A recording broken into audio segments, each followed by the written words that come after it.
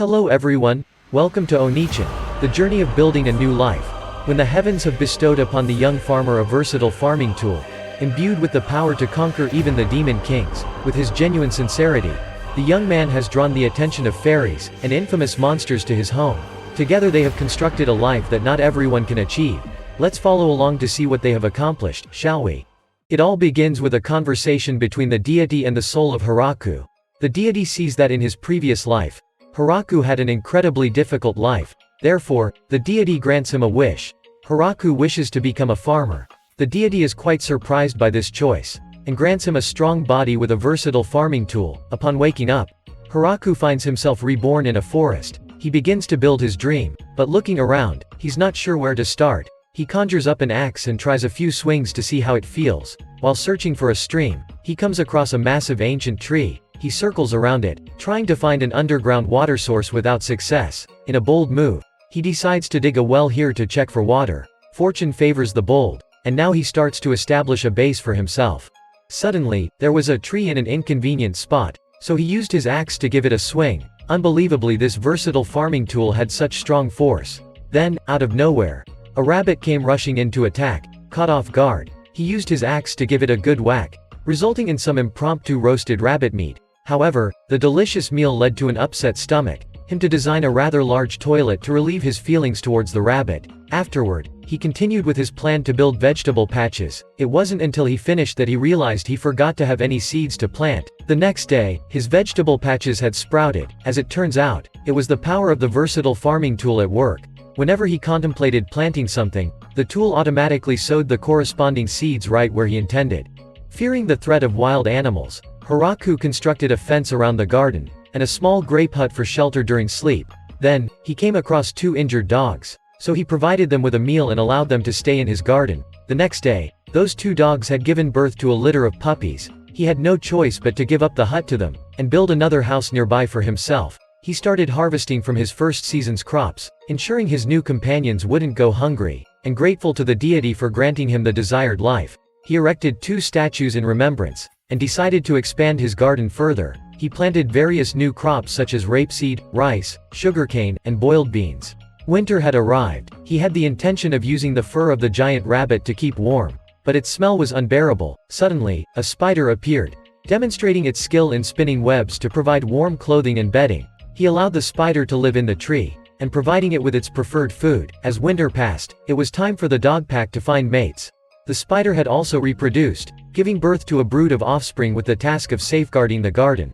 It would alert of impending danger, prompting him to move with his dogs into the woods. There, Hiraku discovered a girl without any clothing. As he approached, she lunged and bit him, prompting Hiraku's pack of dogs to attack in response.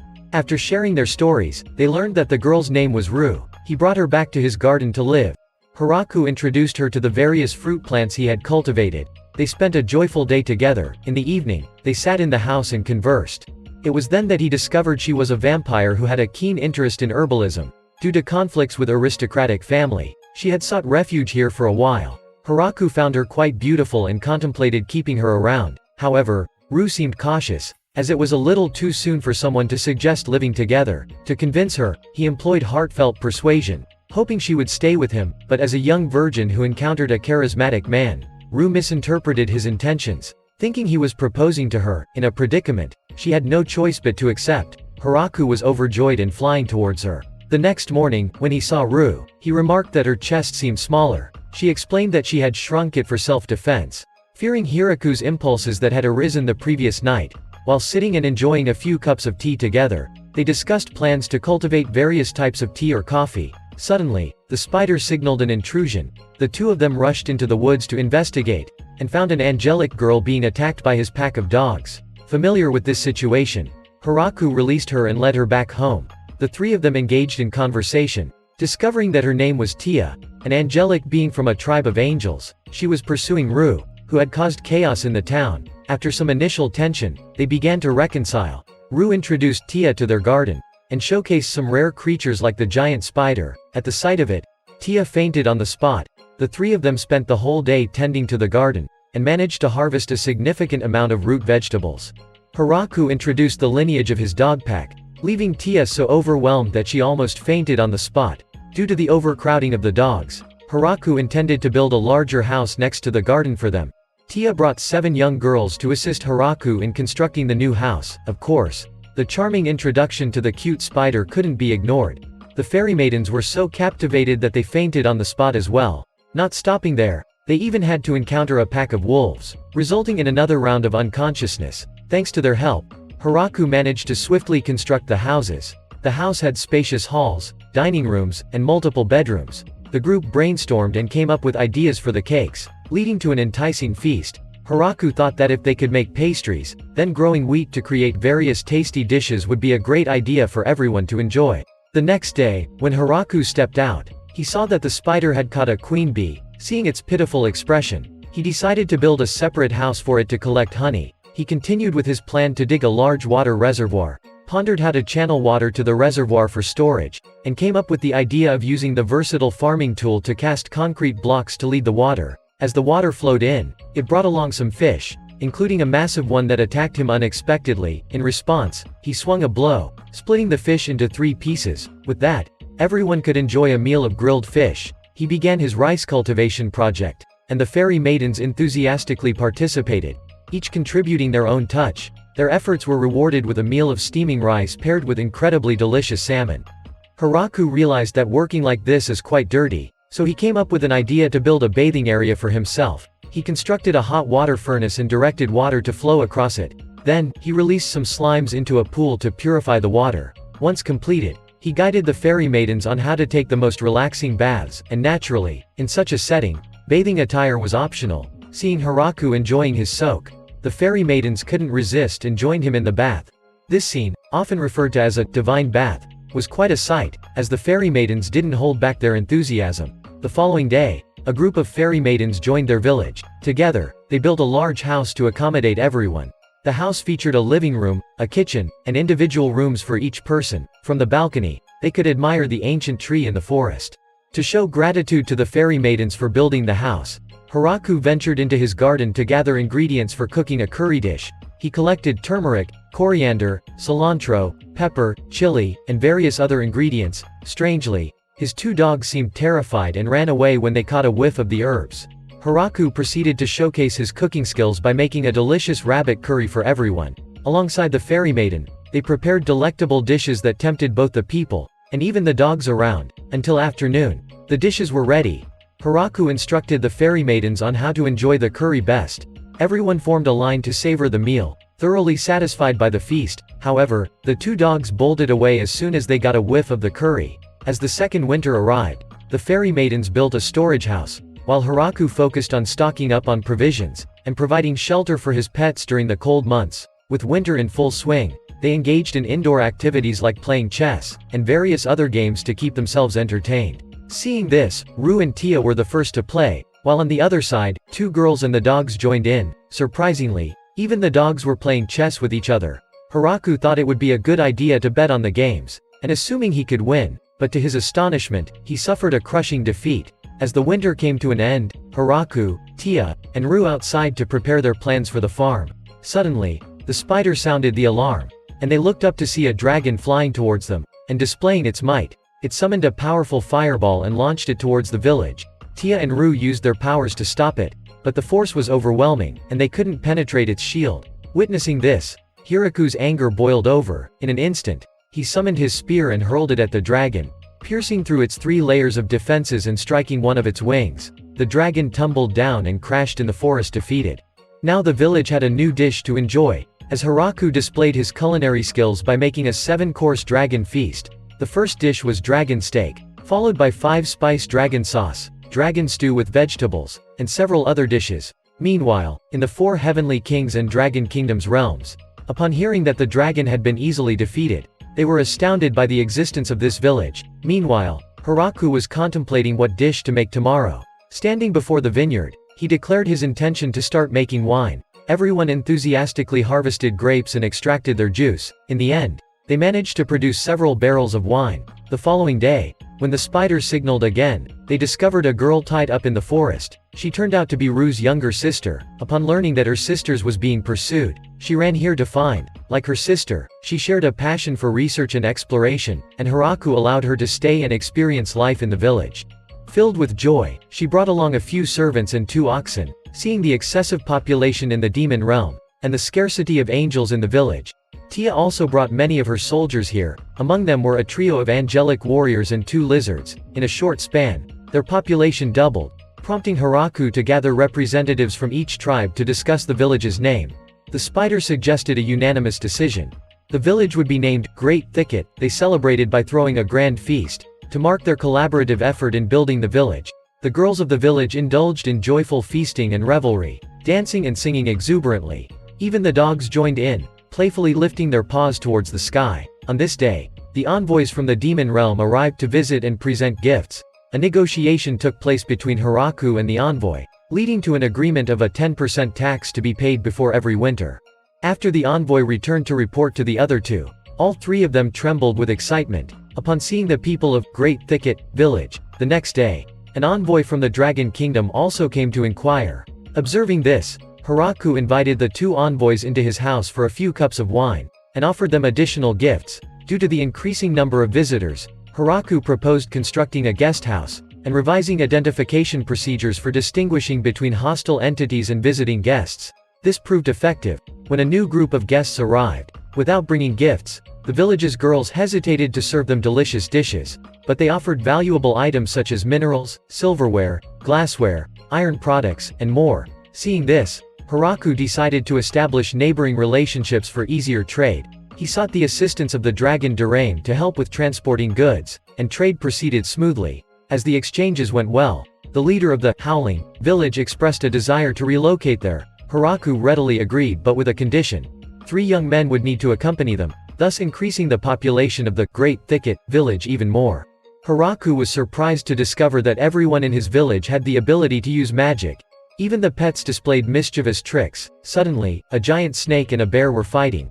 As Hiraku had never tasted bear or snake meat, he decided to intervene. Giving them both a strike, he brought the meat back to cook some delicious dishes for everyone to enjoy. The next day, 3 dwarves came to visit the village. They claimed to be experts in brewing the best wine in the world. Hiraku welcomed them and allowed them to stay to craft their finest wines. Hiraku organized a small party for everyone to taste the wines, acknowledging the dwarves' efforts. The following morning, a dragon stormed into the village, seemingly ready to attack. Concerned, Hiraku swiftly used his staff to deter the dragon, but the envoy stepped in, explaining that this was Duraim the dragon's familiar. It turned out that Duraim had been sneaking off to play, and his wife and daughter had followed him, and ultimately arriving at the village.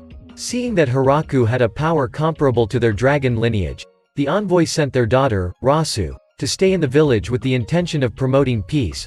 Rasu possessed immense power that made all the creatures in the village fearful. Hiraku assigned her a diplomatic role, and she excelled in this task. When the Demon King's old man went to buy fruits from the village, he was shocked and worried about the village, leading him to let his daughter stay there, to gather intelligence about their strength. Upon Fraram's arrival in the village, she was taken aback when she encountered the infamous inhabitants of the forest. Hiraku thought that if they had a seafood hot pot, it would be delicious, and the girls were excited by the idea, as they had never experienced it before. Thus, the girls embarked on a journey to the island to collect seafood for the feast. Here, they encountered the village chief who wanted to engage in trade. However, upon seeing the fierce inhabitants of the village, the chief became extremely fearful, and thought that negotiations could be risky. When he opened the fruits from the village, he was surprised and saw the potential for profitable trade. He quickly prepared for the upcoming trade expedition. The 2 girls brought the island's village chief back to the village for further negotiations. They had a harmonious negotiation. When the chief from the island requested to taste the wine, he was scared by a small hit from Rasu. The next day, Hiraku encountered a rather provocative guest. He gave it a taste of his strength, but unfortunately, the guest evaded the attack. However, Hiraku managed to land a precise hit on the second attempt. The elder dragon, Duraim, swiftly flew back and explained that the little dragon Rasu was her niece. She had come here to assess the qualities of niece's future husband, as Duraim desired for Rasu to marry soon. Seeing this, Hiraku welcomed them warmly, and they came up with an intriguing idea to play a prank. However, Hiraku fell into a trap set by the dragon clan's tradition. The 3 of them collaborated to remove Hiraku's clothes, leaving him completely exposed. The next day, Hiraku welcomed a group of guests. Due to the actions of the dogs that had disrupted their cave, Hiraku sought a way to reconcile the situation. Recognizing his own fault, Hiraku gifted the trio fruits and tunics as a gesture of goodwill. and in gratitude for his generosity, the girls assisted him in transporting goods. On another day, Hiraku was visited by 3 young girls and a princess. Because they were unaware of the village's capabilities, they came to scout the situation. Frarim guided them through a tour of the village. Princess Yuri was quite taken aback by the lifestyle here, discovering many interesting things. However, the 3 young girls felt uneasy, and attempted to escape but failed. Seeing this, Frarim insisted they assist her in office tasks, while the princess found tranquility in the village, expressing gratitude for the warm hospitality, and promising to return. This year, Hiraku's garden had an abundant harvest to the point where storage spaces were overflowing. Observing this, the little dragon requested a portion to bring back to her grandparents. During the transportation, she aided Michael in defeating a monster, and in return he rewarded them with some meat. Meanwhile, Risu's aunt had brought in some immigrants, who were extremely confident in their hunting skills. However, the outcome was quite disastrous. Hiraku mentioned the need to create pottery for the convenience of cooking, and they promptly went out to gather materials for him. After days of anticipation, Hiraku could finally enjoy relaxing in a bathtub.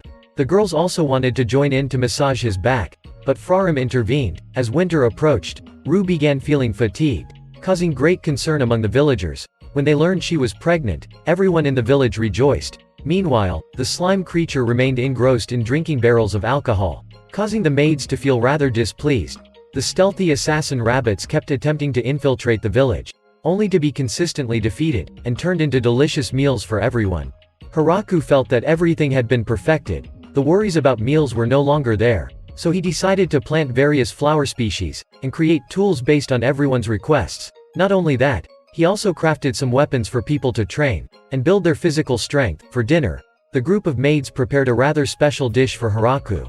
One of them confessed to having only 20% confidence in making the dish, prompting Hiraku to joke that they should bring it to him when they're at 50%. This statement startled the maid so much that she could have devoured him on the spot. Hiraku explored the brewing area of the dwarf tribe, assuming that they would be quite intoxicated by their brewing methods. However, he discovered that the dwarves were incredibly disciplined, and focused in their work, resulting in high-quality products. While lost in admiration of his grapevine, Hiraku received news that Ru's grandfather had come to visit. Valgrief greatly admired the 2 sculptures Hiraku had carved, and expressed a desire to have a similarly beautiful sculpture. As a result, Hiraku embarked on sculpting a new statue for Valgrief to bring back. Due to his fascination with the divine beings, he brought into the church, and instructed the caretaker to place it prominently at the center of the sanctuary. Valgrief even gifted Ru a specially crafted piano. Observing this, Hiraku positioned the piano in the grand dining room. The 3 girls looked at it with curiosity and a strong desire to play. Yet due to its preciousness, they dared not touch it. Instead, they proposed that Hiraku acquire a new piano for himself. This suggestion ignited excitement among the village girls, who enthusiastically practiced playing the piano late into the night, keeping Hiraku from sleeping. On a beautiful sunny day, Hiraku and Ru out to the fields, enjoying relaxing moments together. With Ru nearing her due date, everyone paid meticulous attention to her care. However, Ru playfully claimed she was just craving some wine, which greatly alarmed Tia and the other girls. They had to tightly control the wine production to prevent Ru from indulging her desire. However, the girls insisted that enjoying delicious food without wine was a regrettable experience. The pain of not being able to enjoy it made them quite distressed. So, Hiraku proposed an idea. Let's age the wine for a longer time, because the longer the wine is aged, the more it preserves its delicious flavor. This concept convinced our girls to agree to abstain from wine. As Ru's due date drew near, each tribe in the village brought precious gifts for her, including Hiraku's pet creatures, which were no exception. This made Ru feel incredibly happy, and cared for by everyone, and the day arrived when Ru gave birth to her baby. The maids hurriedly made thorough preparations. While Hiraku felt anxious, as it was his first time becoming a father, he expressed gratitude to the divine beings for bestowing upon him a new life. On a morning, Ru successfully gave birth, leaving Hiraku quite amazed as he held the baby. Nonetheless, he was deeply thankful to Ru for bringing such peaceful happiness into his life. That evening, Hiraku called everyone together to discuss the idea of using the coins he had crafted as a means of trade within the village. As the meeting concluded, the entire village gathered for a celebratory party. Everyone enjoyed a hearty meal including, of course, good wine. Even the dogs seemed a bit tipsy as they reveled in the festivity. The video for today ends here, my friends. Remember to like, share, and subscribe to the channel to support Onichan in the upcoming episodes. Thank you of love.